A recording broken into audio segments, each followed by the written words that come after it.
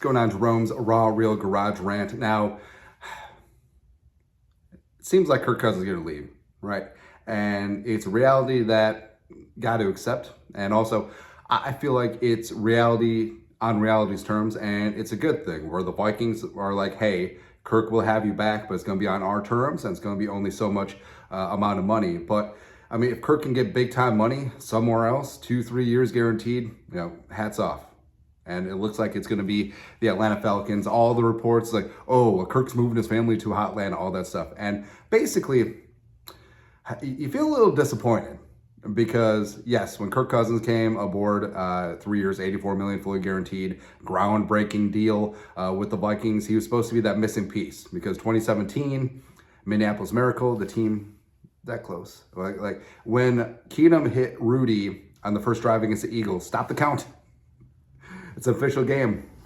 Why not? But yeah, it hasn't panned out. But Kirk and Kevin O'Connell seem to be mind-melding, playing some extremely high-level football. Frankly, if Kirk stays healthy last year, I think the Vikings win the division. It is what it is. And over the last couple of years, like it feels like the fan base has really bought into Kirk. And it took a couple of years, like 2018, 2019, nah, seems like a mercenary, whatever. It's been all about the money, whatever. But I don't know if it was a Netflix documentary or Kirk O'Chains or him and the Coles cash and all the dad jokes. It seems like Kirk and the Vikings fan base fit hand in glove. Like he's the goofy dad joke guy and all that stuff. But honestly, Kirk almost sold us that it wasn't about the money with him because it's always been about the money, right? And I don't know, like it feels like a little bit of a bait and switch, but also when someone shows you who they are, believe them,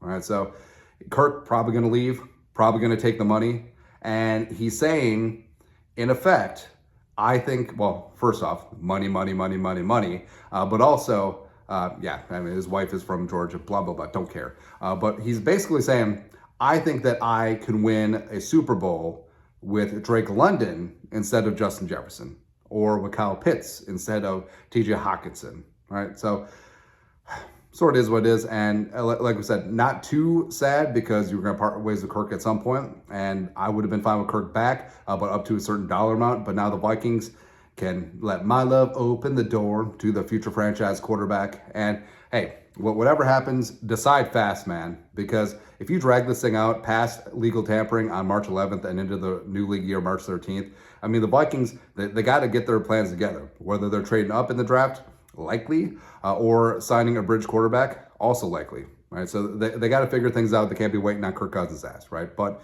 the question is, will you actively root against Kirk Cousins? Now, the two standard answers are, oh, well, I'll root for him except for when he plays the Vikings, or if he's not on the Vikings, I don't care.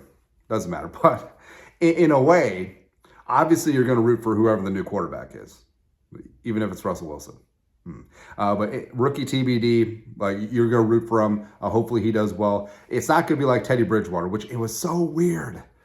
Like I felt like not as significant, but a decent portion of the fan base was actively rooting for Teddy to fail. I don't know why.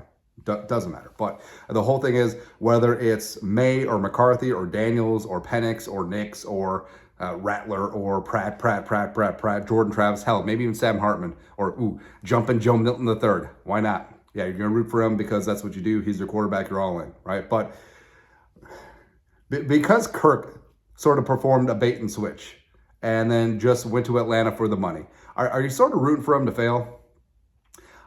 For me, I'm going to say no. I don't really care. I feel like Kirk is, well, I say I don't really care, but then I go on about it saying I do care. But, Kirk seems like a good dude, a good family man. Julie seems like a rock star. Can't say that about every single NFL wife.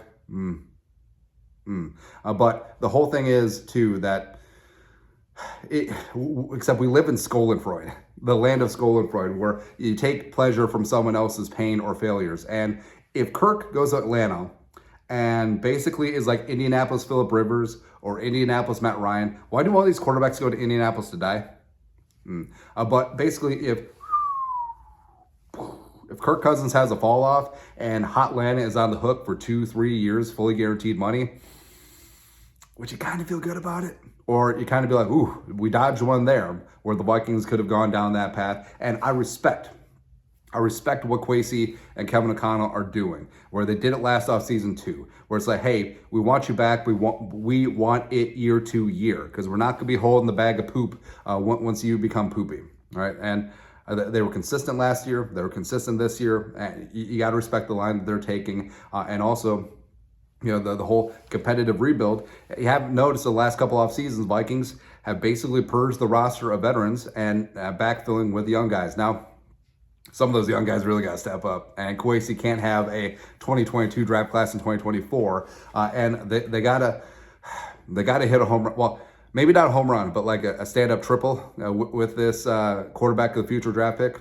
There you go. But I don't know, man. Like I understand that it's small and petty just to be like, hey, you spurned us. You sold us on the whole hometown discount thing, and you had us going, Kirko chains, and the entire locker room loves you. Brian O'Neill, Justin Jefferson, everyone is buying into your brand, but you're like, Atlanta offered me like 6 more pieces of silver, or maybe 30 pieces of silver. So I'm just gonna go there. My wife is there. Whatever. I'm out.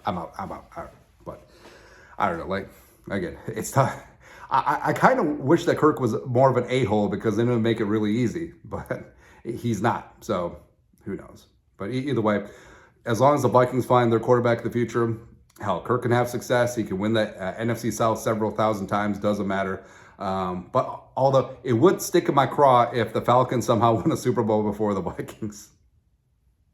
And also beyond the whole 1998 narratives, whatever. Gary Anderson. Denny should have gone for it at the end of regulation. Anyways, but your thoughts are thoughts. A raw, real garage rant. Will you root against Kirk Cousins if he does leave? Let us know in the comment section below. You guys know what to do. Skol, no production value.